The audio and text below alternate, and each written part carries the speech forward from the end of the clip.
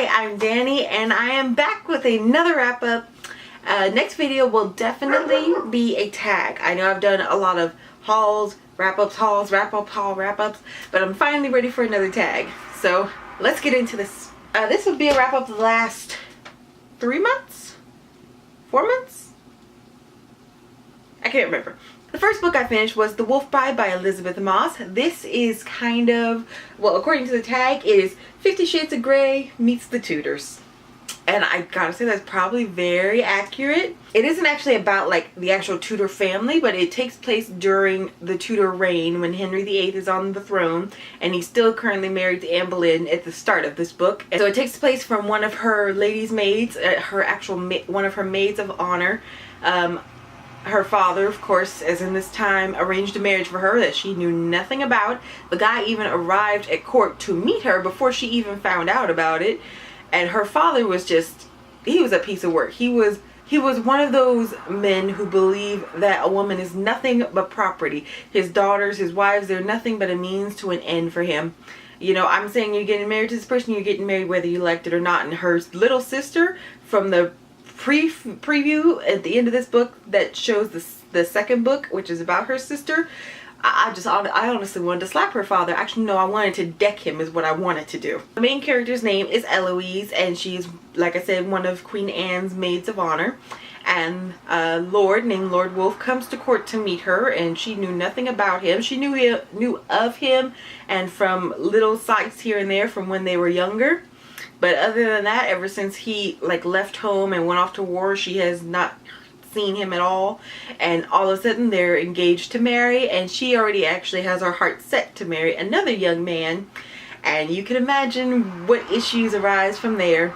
And this is a very smutty book. Probably not as much sex as was in 50 Shades of Grey or even in The Tudors, but there are quite a few things in here that if someone back in this time read this book, they would die of shock. But it was good. I believe, where's my phone? So this one I actually gave a 3-star rating. It wasn't as great as I was hoping it would be, but it was still pretty good. I'm still iffy whether or not I'll continue on in the series, but I think I might at this moment, but who knows. I'm wishy-washy like that. Sometimes I say I will, and then I finally get around to it and it's like, nah, So like I said, I give this one a 3-star rating. Next, I was in for something more a little light because the last few books have been pretty heavy on plot. I mean, The Wolf Bride for a historical was kind of heavy on plot, and then the books before that. So anyway, like I said, I was looking for something a little more light, so I decided to pick up something that I've heard was a pretty easy read, and that is the first book in the Princess Diary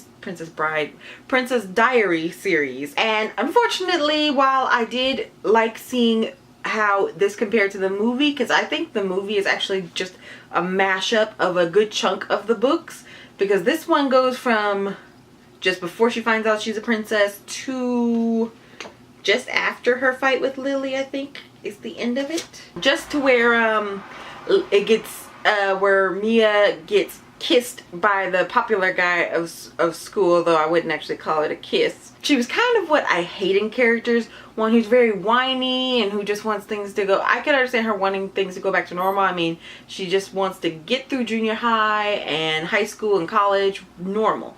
But she just whined about absolutely everything. I mean, even I can understand her not being able to tell her best friend because she wanted to keep it silent, although I don't know what she thought or how her best friend would treat her differently, but she literally whined about every single thing. Though I could understand how she felt about her mom going out with her teacher. I mean, I don't think I could have handled that at her age. And she couldn't see things that I saw coming like a mile away. Like even before I saw the movie, I was like, when she started going out with Josh, I'm like, it's not gonna end well. Don't do it, Mia. Don't do it. Don't do that. Don't do that. Even though he's telling you to do it, don't do it. Yeah, so she's kind of slow to, or maybe she was just wishful thinking. But either way, from what I remember, I think I gave this a 2-star rating. I could be wrong, but I think that's what I gave it. Though I kind of admit I want to kind of push through the younger books to where she actually gets crowned, or when she like goes over to Genovia, like in the second movie. That's kind of where I think I'd actually start enjoying it because she's just too whiny right now. Next, I read The Crown's Game by Evelyn Skye. I actually like this one. This one, I believe I gave a 3-star rating or a 3.5 star. I liked the different magic system because a lot of the books I read, the magic system is American, and while they're all different, in some ways they're kind of similar. So I did like seeing the different magic system and how the rules differ and a lot of stuff, and I really liked the chemistry between the 3 characters, although I gotta say the character who dies at the end of this book, not gonna say who, I actually did like it, and I liked who the winner of the Crown's Game was, although it didn't end the way I thought it would. I honestly wanted a like huge battle where someone just loses. I honestly wanted just like this big battle, or even if it wasn't a big battle, just a battle of magic, and unfortunately I didn't get that at the end. But the person who did win the game, I was completely behind because I wanted that person to win from the beginning. And I was so looking forward to the second book, and I got this in the mail about a day after I finished that one, I think, or maybe it was 2 days after I finished that one.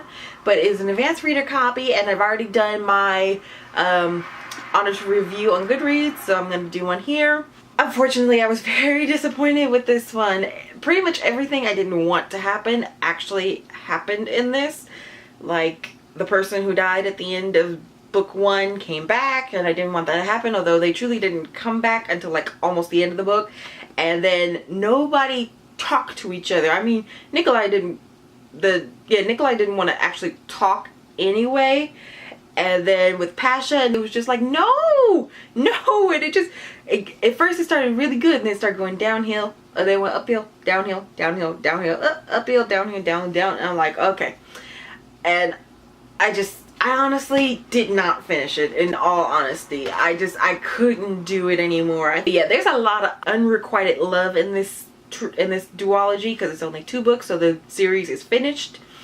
It's the first time I've ever finished one series in 1 month. But anyway, yeah, so there's a lot of unrequited love. There's Nikolai has that girl in love with him that he only thinks of her as a friend, and then Pasha's in love with Vika, but Nikolai's also in love with Vika, and Vika, I honestly can't remember. I think she kind of had a thing for both of them, but yeah, another thing, love triangles. I don't like love triangles, so not ones that aren't done well, I should say. And I guess this one was done okay, but no one actually admitted their feelings until it was like literally too late to do anything about them.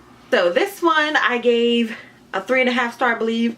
This one I think I might have given 2.5. Next I read Wanted by the Devil by Joanna Blake. This one I honestly really liked.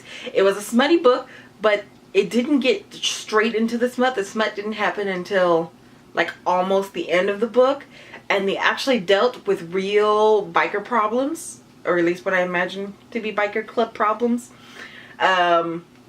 So you got to see the club a little bit, but mainly it was about them and their relationship, and how he got her mother's approval before he even started dating her the second she turned 18, because I think he's kind of liked her since she was about 16 or 17, but he never did anything about it. You know, he would come to the diner and see her, order this ice cream, and then he would help her mom with her groceries and anything she needed around the house while her daughter wasn't there.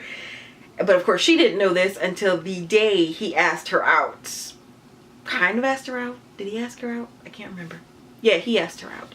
So he got her mom's approval before, so her mom was completely behind it, so you didn't have to deal with any of the parents "he's not good for you" problems, because her mom already knew him and she knew he was a good guy, honestly, even if he was part of a biker club. So I honestly really, really like this book. And we also didn't have to go through the "I shouldn't be with you because you're bad" and all that. So that's the usual thing that you see in these books, but she honestly wasn't with him for a good when she honestly started to kind of push him away, it was actually for a good reason. So I believe I got this one for 89 cents, and I think it's about 100 or so pages, but it was honestly very good. So I gave this one a 4-star rating. Next I read Mine by Janique Snow. And this one was not her best. Normally I love her books. I'm still making my way through a lot of her series because she's got like huge series, and since they're all short books, you can fly through them pretty quick. But this one's a standalone, and this one was just not up there for me. Honestly, I don't know what it was about it, but it just didn't snag me the way her books normally do. So this is probably the lowest rating I've ever given one of her books, and it's like a 2.7. But I gave it a solid 3 because you can't do the point system on Goodreads, unfortunately. It'd probably be more accurate if people could, though. But yeah, so this one just didn't catch me as much. It's about a ballerina, which I don't think you can tell from this one because she looks kind of heavy set on the cover. But she's actually a ballerina. She hurt her leg, and so unfortunately that ended her ballerina career. So she's tried everything, so she's finally going for the thing that she does not want to do. She's going to audition at a strip club.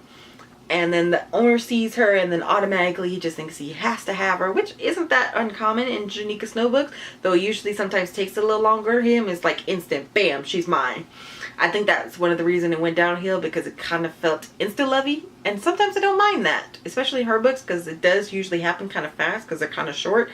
But this one was a little bit longer than I expected it to be, but still very, very insta-lovey. So unfortunately I gave this one 2.7, like I said. So, but I am still looking forward to reading the rest of her books.